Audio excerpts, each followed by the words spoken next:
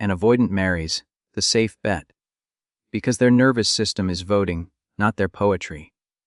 People imagine marriage is chosen by the biggest feelings, the deepest chemistry, the most unforgettable connection. But for an avoidant, commitment feels like a door closing behind them. So before they choose a spouse, they unconsciously ask one question over and over. Will I lose myself if I choose this person? And the person who gets the yes, I can breathe with them, answer becomes the safe bet. This is not always about love being absent. It's about fear being present. Avoidants often learned early that closeness has a cost. Maybe emotional needs were punished. Maybe vulnerability was used against them. Maybe affection came with criticism, guilt, or control. So their system adapts. They become excellent at functioning without needing anyone. They become skilled at keeping their independence intact. And when they date someone who wants deep intimacy quickly, even if that person is kind and loving, the avoidance body reads it as danger. It's not logical. It's primal. It's, I might get trapped. I might disappoint. I might be controlled. So they pull away. That's why the safe bet often has a certain emotional texture. The safe bet doesn't flood them with need. The safe bet doesn't chase reassurance. The safe bet doesn't treat the relationship like a constant emotional negotiation. The safe bet feels steady, predictable, and self-contained. And to an avoidant, self-contained is seductive. It means, this person won't consume me. It means, I won't be responsible for regulating their emotions. It means, if I need space, the relationship won't collapse. In other words, the safe bet feels like low risk. This is also why avoidants can be wildly drawn to someone intense, expressive, and deeply emotional, yet still not choose them for marriage, because intensity creates activation. Activation creates vulnerability. Vulnerability creates the possibility of being seen. And being seen creates panic for someone who built their identity around not needing. So they might love you, they might think about you, they might feel pulled toward you. But when the question becomes permanent commitment, their system doesn't choose what feels the most magical. It chooses what feels the most manageable. The safe bet is often the person who doesn't trigger the avoidant's fear of failure. If an avoidant senses you want a lot, more communication, more reassurance, more emotional presence, they may interpret that as a test they will eventually fail. And avoidants hate failing at love, because it forces them to feel shame. So instead of risking shame, they choose a partner who requires less emotional performance, or at least appears to. Another piece of the safe bet psychology is social stability. Avoidants often prioritize what is respectable, consistent, and makes sense to their environment. The safe bet might fit family expectations. The safe bet might share lifestyle preferences. The safe bet might offer routines that feel clean and uncomplicated. It's not that the avoidant is shallow. It's that structure feels safe. Predictability soothes their nervous system. When the future looks orderly, their anxiety lowers, and lower anxiety feels like love to them. And here is the part that stings. Sometimes the safe bet is chosen not because the avoidant is deeply connected, but because the avoidant can remain emotionally defended without consequences. The relationship can function with minimal emotional exposure. They can give commitment on paper, while staying guarded inside. That is why the safe bet can become a quiet, kind of marriage where everything looks fine, but something is missing underneath. So the first keynote is this: avoidants often marry the person who feels safest to their nervous system. The person who requires less emotional risk, less vulnerability, and less internal change. If you understand that, you stop personalizing the choice as proof of your worth, and you start seeing it as proof of their wiring. The second keynote is that the safe bet is not just a person, it is a role. It is the role of emotional low risk, the role of predictability, the role of, I won't make you face yourself. And this is why avoidants so often choose someone who feels easy to be with, even if the connection is not the deepest. Because marriage, to an avoidant, is not just love, it is exposure. It is being witnessed daily. It is being accountable. It is being expected to show up consistently. And if an avoidant has spent their life surviving, by staying private emotionally, marriage can feel like the ultimate spotlight. So they don't look for the partner who pulls the most emotion out of them. They look for the partner who lets them keep their emotional armor on without constant conflict. This is why avoidants tend to gravitate toward partners who are calm, independent, and self-sufficient, but sometimes also partners who are slightly emotionally unavailable themselves. Because when both people are low expression, no one demands depth, no one pushes hard conversations, no one insists on emotional repair. The relationship can run on routines, responsibilities, and surface harmony. And to an avoidant, surface harmony feels like peace. It feels like success. It feels like safety. Now here is the key psychological mechanism behind the safe bet choice. Avoidants often confuse comfort with compatibility. Comfort is not always love. Comfort can be the absence of triggers. Comfort can be the absence of expectations. Comfort can be the absence of vulnerability. So an avoidant can sit next to someone and feel calm, and they interpret that calm as, this is right. But sometimes that calm is not emotional security, it is emotional avoidance. It is the relief of not being asked to go deeper than they can handle. The safe bet partner, in this dynamic, often becomes an emotional regulator without realizing it. They are the one who keeps life stable. They don't rock the boat. They accept, good enough. They soothe conflict quickly. They forgive without needing repair. They let things slide. They are not always weak. Sometimes they're just exhausted, or they grew up believing love means being easy to love. So they adapt to the avoidance rhythm, and because they adapt, the avoidant feels safe staying the same. And this is why the avoidant's strongest chemistry doesn't always win. Chemistry often comes with emotional demand. When you have deep chemistry, you want closeness, you want truth, you want intensity, you want to merge lives. For a secure person, that can be exciting. For an avoidant, that can feel like losing oxygen. So they may label the intense partner as too much, dramatic, needy, complicated. Even if that partner is simply emotionally alive, they are not judging your character. They are reacting to their own nervous system limits. Another painful truth: avoidants often choose the safe bet because the safe bet makes them feel like a good person. If a partner doesn't ask for much, the avoidant can feel like they are doing enough. They can provide stability, show up in practical ways, be loyal, be responsible, and avoid the areas where they feel inadequate emotional depth, vulnerability, consistent reassurance. So the relationship becomes a place where they can succeed without confronting their emotional blind spots. It protects their self-image. And the most subtle part of this keynote is that safe bet marriages can form through momentum, not intentional depth. Time passes. Lives merge. Families approve. It's convenient. It's stable. It makes sense on paper. And because the avoidant doesn't feel pressured, they don't run. They stay. And staying becomes commitment. Not always because the heart is overflowing, but because the system is calm and the path is smooth. So the second keynote is this: avoidants often marry the partner who allows them to remain emotionally defended while still enjoying the benefits of a relationship: companionship, routine, loyalty, status, family, stability. The safe bet is often the person who doesn't require the avoidant to grow emotionally at the speed intimacy demands. And that's why the safe bet can feel like the one to an avoidant, even if it's really the one that asks the least of their unresolved fear. The fourth keynote is that the safe bet is often chosen through convenience and momentum, not conscious devotion. And that is exactly why it can look so confusing from the outside. People assume marriage is the final proof of love, like a stamp that says, this was the most meaningful relationship.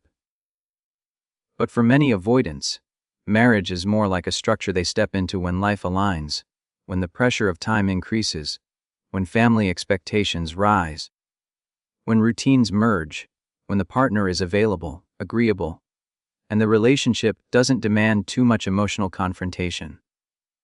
It becomes less about passion and more about practicality, not because they are cold, but because practicality keeps them regulated. Avoidants often struggle with intentional emotional decision-making. They can feel things, but they fear the consequences of feelings. So they delay, they drift, they keep options open, they live in ambiguity because ambiguity allows escape. But life doesn't stay ambiguous forever. At some point, there is a job move, a family push, a pregnancy, a housing decision, a cultural expectation, a financial advantage, a timeline, a comparison to peers. Those external forces press on the avoidant, and instead of choosing the relationship that requires emotional courage, they often choose the relationship that requires the least emotional upheaval. The safe bet partner frequently fits into their life smoothly. They are compatible in logistics. They want similar routines. They don't create waves.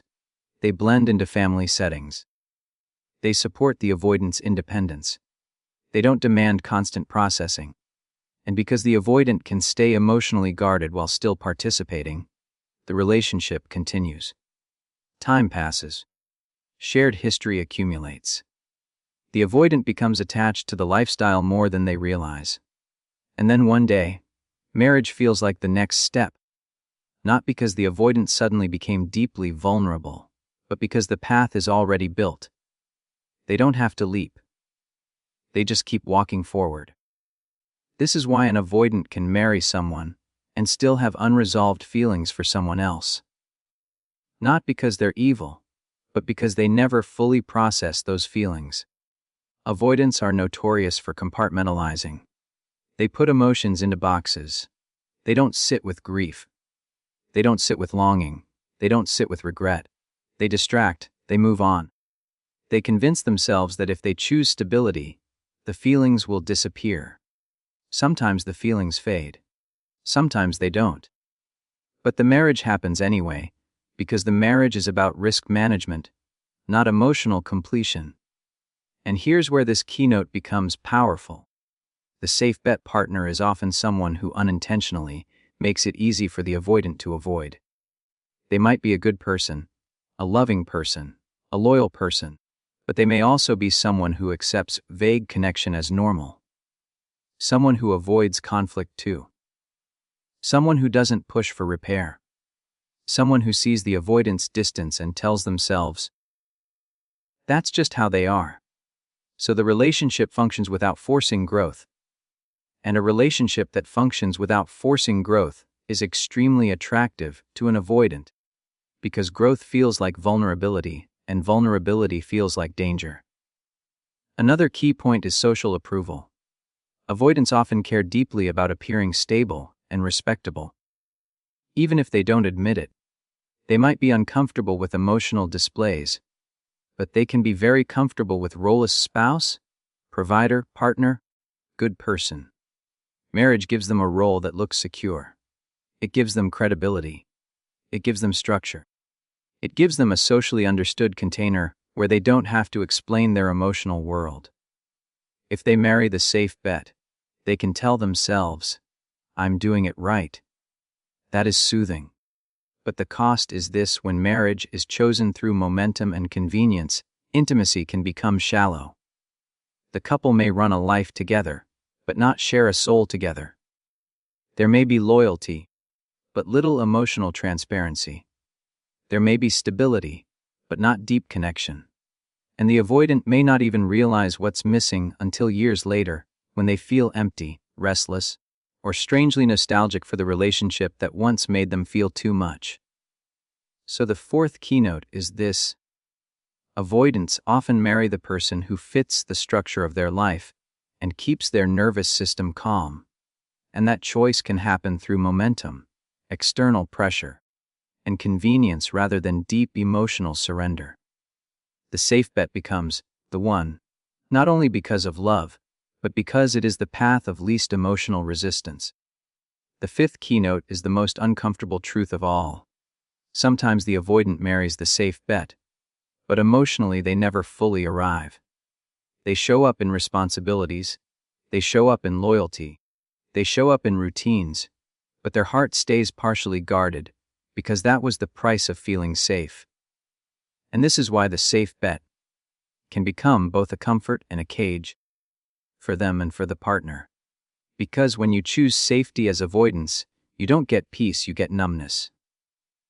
You don't get intimacy, you get stability without depth. You don't get connection, you get coexistence. Avoidants often believe they want closeness, but what they truly want is closeness without vulnerability. They want love without exposure. They want a partner without the risk of being fully seen.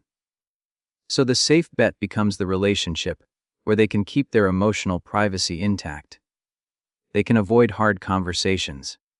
They can keep their inner world unshared. They can stay in control. And in the beginning, this can feel amazing because it reduces anxiety. It feels calm. It feels orderly. It feels like finally, nothing is pulling on them. But over time, that same calm can turn into emotional flatness. This is where many avoidants become restless. Not because the safe bet partner did anything wrong, but because the avoidant's heart still craves aliveness. Humans need intimacy like they need air. You can live without deep intimacy for a while, but eventually something in you starts to ache. And for an avoidant, that ache can be confusing because they don't easily recognize it as emotional hunger. They label it as boredom. They label it as something's missing. They label it as I need space. They chase distractions. Work, hobbies, friends, scrolling, novelty. Anything that keeps them from sitting with the quiet truth. I chose safety, but I also chose distance. This is also why some avoidants look back with regret. Not always outwardly. Sometimes it's a silent regret, a private thought that visits them at night. Why didn't I choose the relationship that challenged me? But that regret isn't just about the person they didn't marry. It's about the self they didn't become. Because the relationship they didn't choose might have forced them to grow emotionally. And growth is painful, but it is also freeing. The safe bet protected them from pain, but it also protected them from transformation. There's another layer. Here the safe bet partner can start to feel the gap. They might not be able to name it, but they feel it in the absence of emotional pursuit, in the lack of deep curiosity, in the way conflict gets avoided instead of repaired, in the way intimacy becomes routine instead of connective. And many safe bet partners respond by doing more. They try harder. They carry the emotional labor. They become the manager of closeness. And this is where the marriage can become quietly imbalanced, with one person longing for depth and the other person defending against it. But here is the most important part of this keynote. Avoidance can change, but only when they choose to. A safe bet marriage can become deeply loving if the avoidant stops using safety as a shield and starts using it as a foundation. If they become aware of their patterns, if they learn to tolerate vulnerability in small doses, if they learn that closeness doesn't equal control, if they learn how to repair instead of withdraw. The safe bet partner, when secure and self-respecting, can actually be the best environment for that growth. Not because they demand it with pressure, but because they model stability and boundaries. They don't chase, they don't punish, they don't beg. They hold standards and they hold steady. And that's the final truth. The safe bet is not the enemy. The real enemy is using safety to avoid intimacy. Because love requires risk. Love requires being seen. Love requires discomfort. So the fifth keynote is this: when an avoidant marries the safe bet to stay comfortable, the relationship can become emotionally empty. But when they marry the safe bet and choose growth, the relationship can become the safest and deepest love they've ever known.